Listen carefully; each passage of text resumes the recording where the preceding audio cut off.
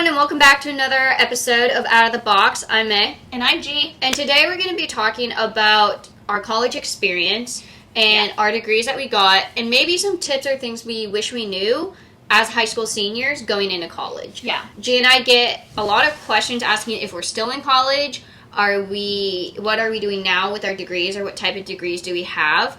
And it might be surprising to some of you, but G and I have been out of college for almost 3 years now. 3 years coming May. Yeah. I didn't think time would go that fast because it feels like we graduated last May. Yeah. And like time goes so fast. We're just getting into like the real life. And it's crazy to think that it was 3 years ago May that we graduated, because what the hell did we do for the past 2 years? I don't know.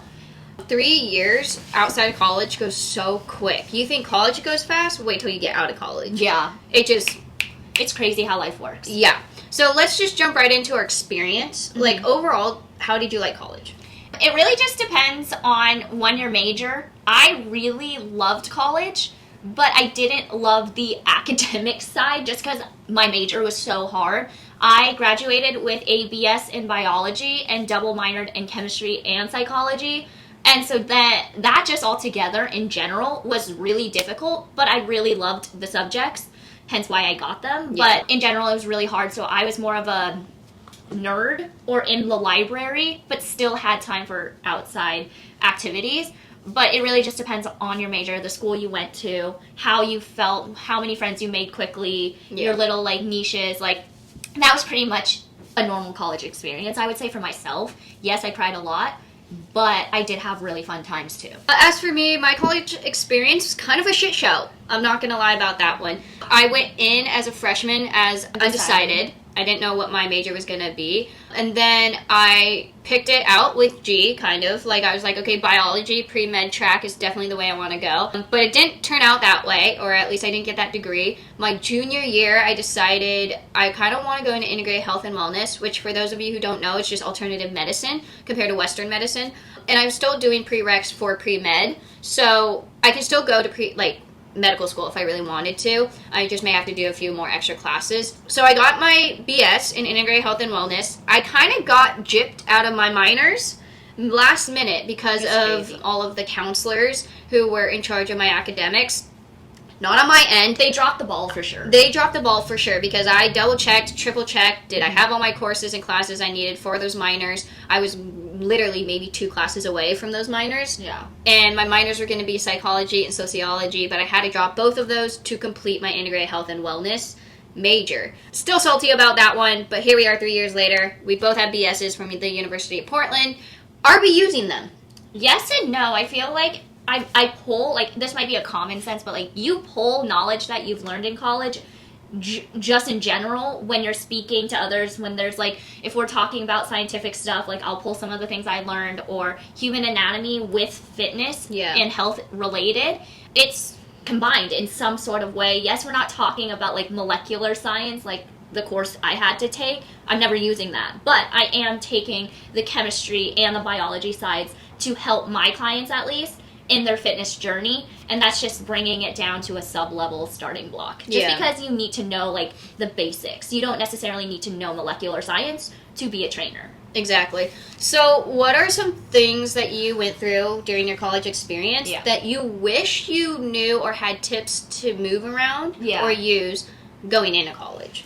I think the major tip that I could give myself as a high school or senior is to really honestly figure out a work-life balance. Work as in school and life. Because based on your major, if you are anything in STEM, you are going to have a lot more harder classes than somebody in business. And you have to kind of navigate that on your own. There's going to be peaks. There's going to be downhills. There's going to be knolls. Like, it's going to be very challenging at first, but to stay consistent, stay strong, understand that a grade does not define who you are as a person.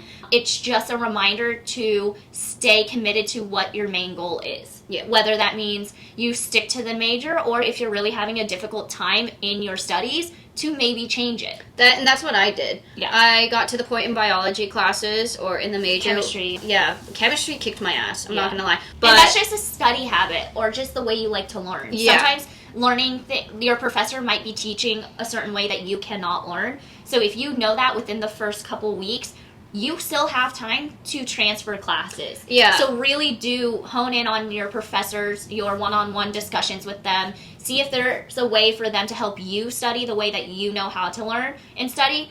Or if they can't, go to a different professor that is teaching the same course. That or just change your major. I know a lot of people will try to stay in their major for as long as possible, hoping it gets easier. It's not going to get easier. Those first year courses for those classes, specifically for biology or chemistry or physics, they just get harder. They don't get easier. So if you are having a rough time already in the basic classes, or I guess you're not going to like the other ones. So if I were to give myself advice as a high school senior, really, I don't want to say stop messing around, because I wasn't messing around in college, but I just couldn't figure out what I wanted to do quick enough. Yeah. And I think that's also kind of what hindered me with my minors.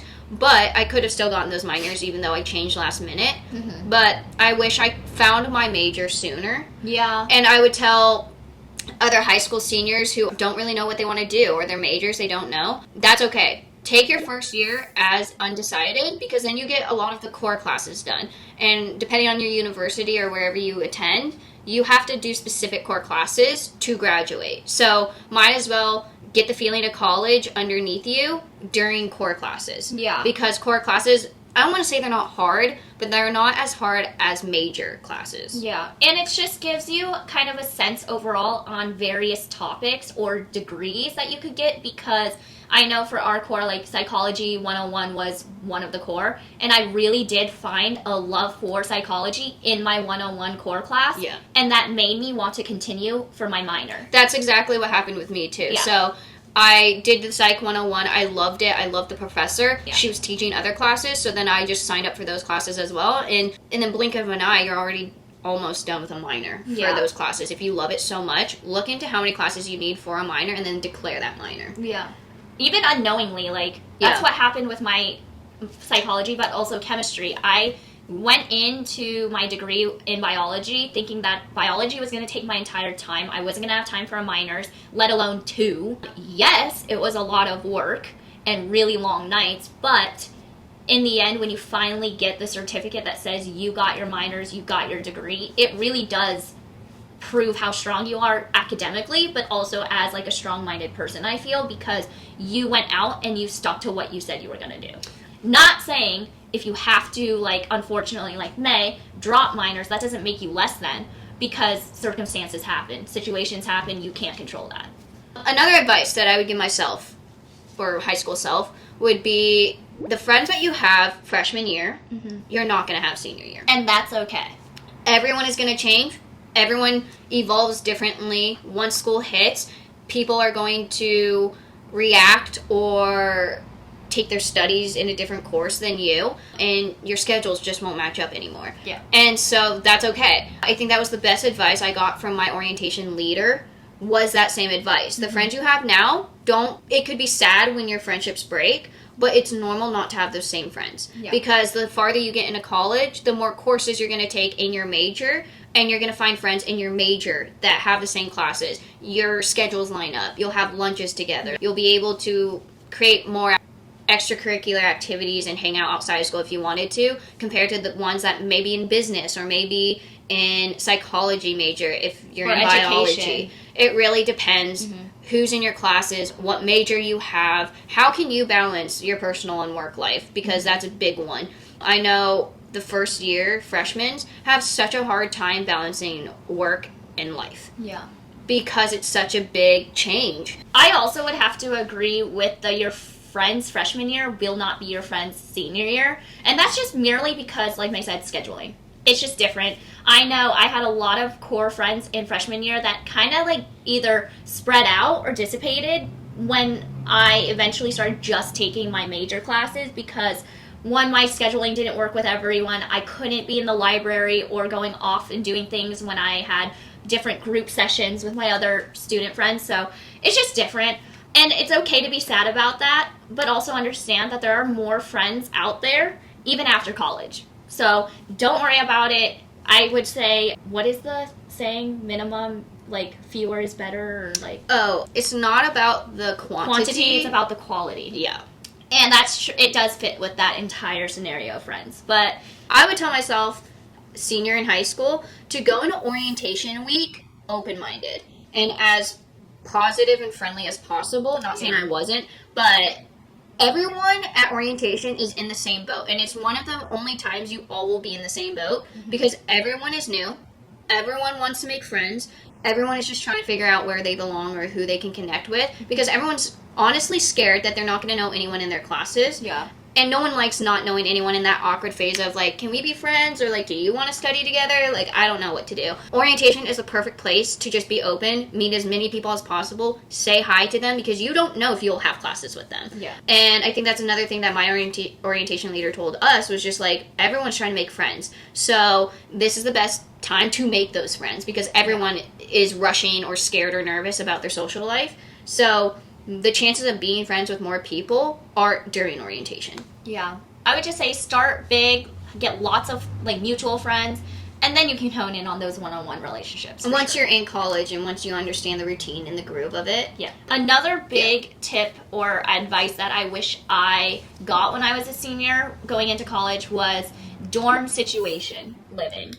If you have a problem with said roommate, make sure to voice that, because you're just going to dig yourself into a bigger hole if you just continue to kind of push it in the back, think it's nothing because you're just going to sleep there. But that's supposed to be a place where you rest, where you de-stress. This is your home for the year. Yeah. And if you do not get along with that one roommate, or you might be in a triple, which is 2 roommates and yourself, if something goes wrong somehow in the middle of the year, it's too late to change for most of the places that you want to move to or are able to move. Also set boundaries pretty quickly with your roommate. I know for our college that we had to do applications and like talk out boundaries and being like, after this hour, this is quiet hours or whatever, and we all had to sign contracts. Yeah. I don't know what other universities do, but yeah, make boundaries, because not everyone comes from the same lifestyle. Some might be night owls, you might be an early bird, whatever. Try to be as respectful as possible to your roommate,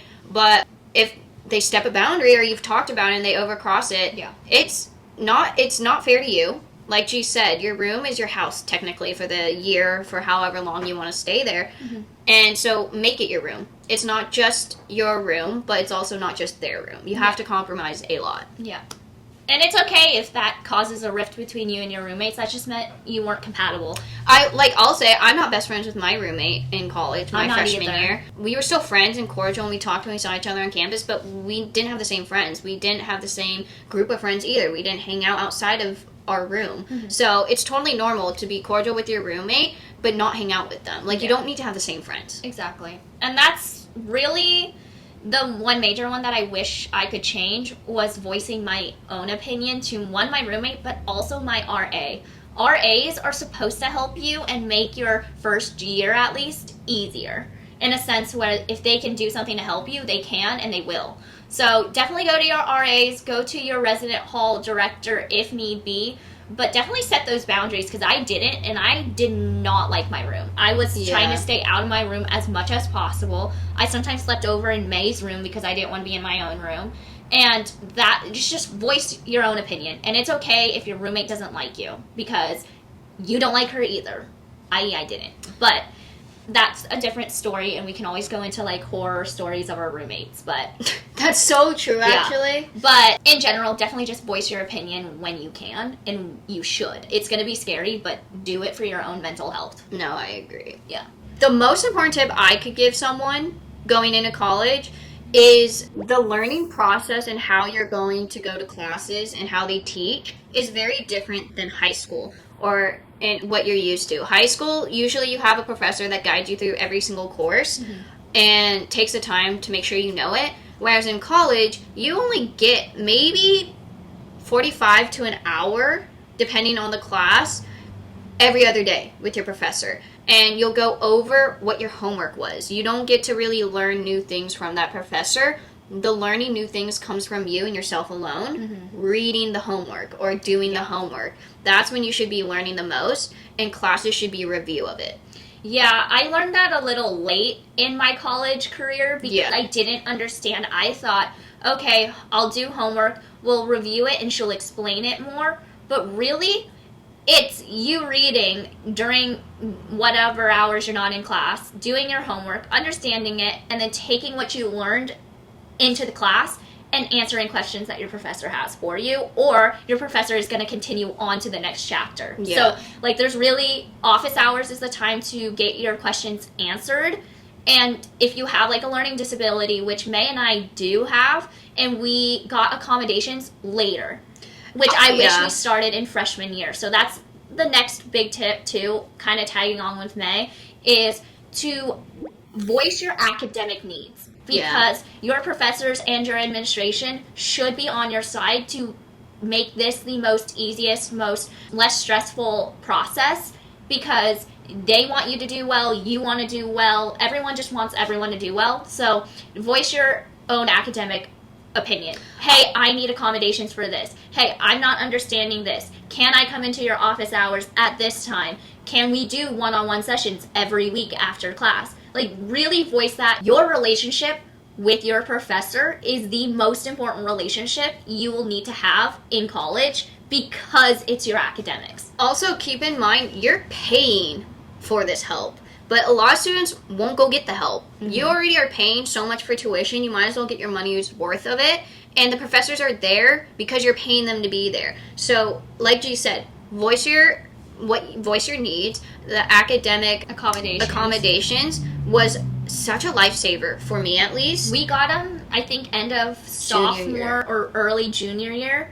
And yes, you do have to take some testings to make sure that you can get your accommodations, but do that earlier than later, because we were struggling for the first 2 years when we did not necessarily have to. No, like, so one of the accommodations that I used a lot was extra time on exams. Mm-hmm. Like, it just takes me longer to get through the exams, not that I don't know the info, but to be able to, one, take the exam in a completely different building than everyone else, and by myself, so it's dead quiet, I don't get disrupted at all, was really nice, and I got to choose when I wanted to take the exam. Mm-hmm. So I didn't necessarily have to take it exactly when my class was taking it. Yeah. And that's, again, the not free will, but like how college is more open. As long as you take your exam before the deadline that your professor has put in place, you're okay. So I usually took my exam either earlier than my classes or after my class, and even a day or two after my class. So maybe you would even get extra time to study if that's something that's needed. I know another accommodation was to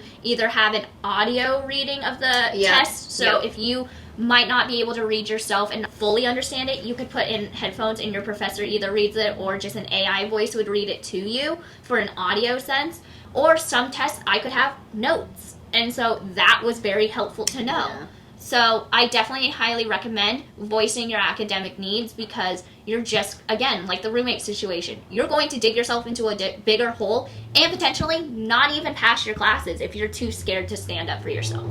And I will say, everyone that I've talked to, even my counselors who fucked me over, but everyone I talked to when I needed help was helpful. Mm-hmm. They were not rude, they were not mean or scary. Mm-hmm. They just want what's best for you, and you just want what's best for yourself as well. Mm-hmm. So everyone's on the same page. And I think that goes to say with most colleges are like that. Yeah. But yeah, that's all the tips we have, or at least the top 5, 6-ish that we would give our high school selves if we could go back in time. If you are a high schooler and you are worried about college or what to expect, or am I on the right track, or whatever it is, let us know if you want other videos that are specifically related and directed to college life, the experience, the courses courses, how you would go about like studying. Let us know, because we can easily do those videos since we've been through it. Yeah. And granted, some of the advice might not work with you. Some of the advice we said in this video might not work with exactly your college, but overall, it's just, these are what helped us, and I think if I knew this in high school, I would have been less stressed, but still mindful. So I hope these helped you guys. If they did, let us know in the comments. Make sure to like, comment, and subscribe. And like always, keep listening and keep loving. And be kind to others and happy yourselves. And we'll see you in the next video. Bye.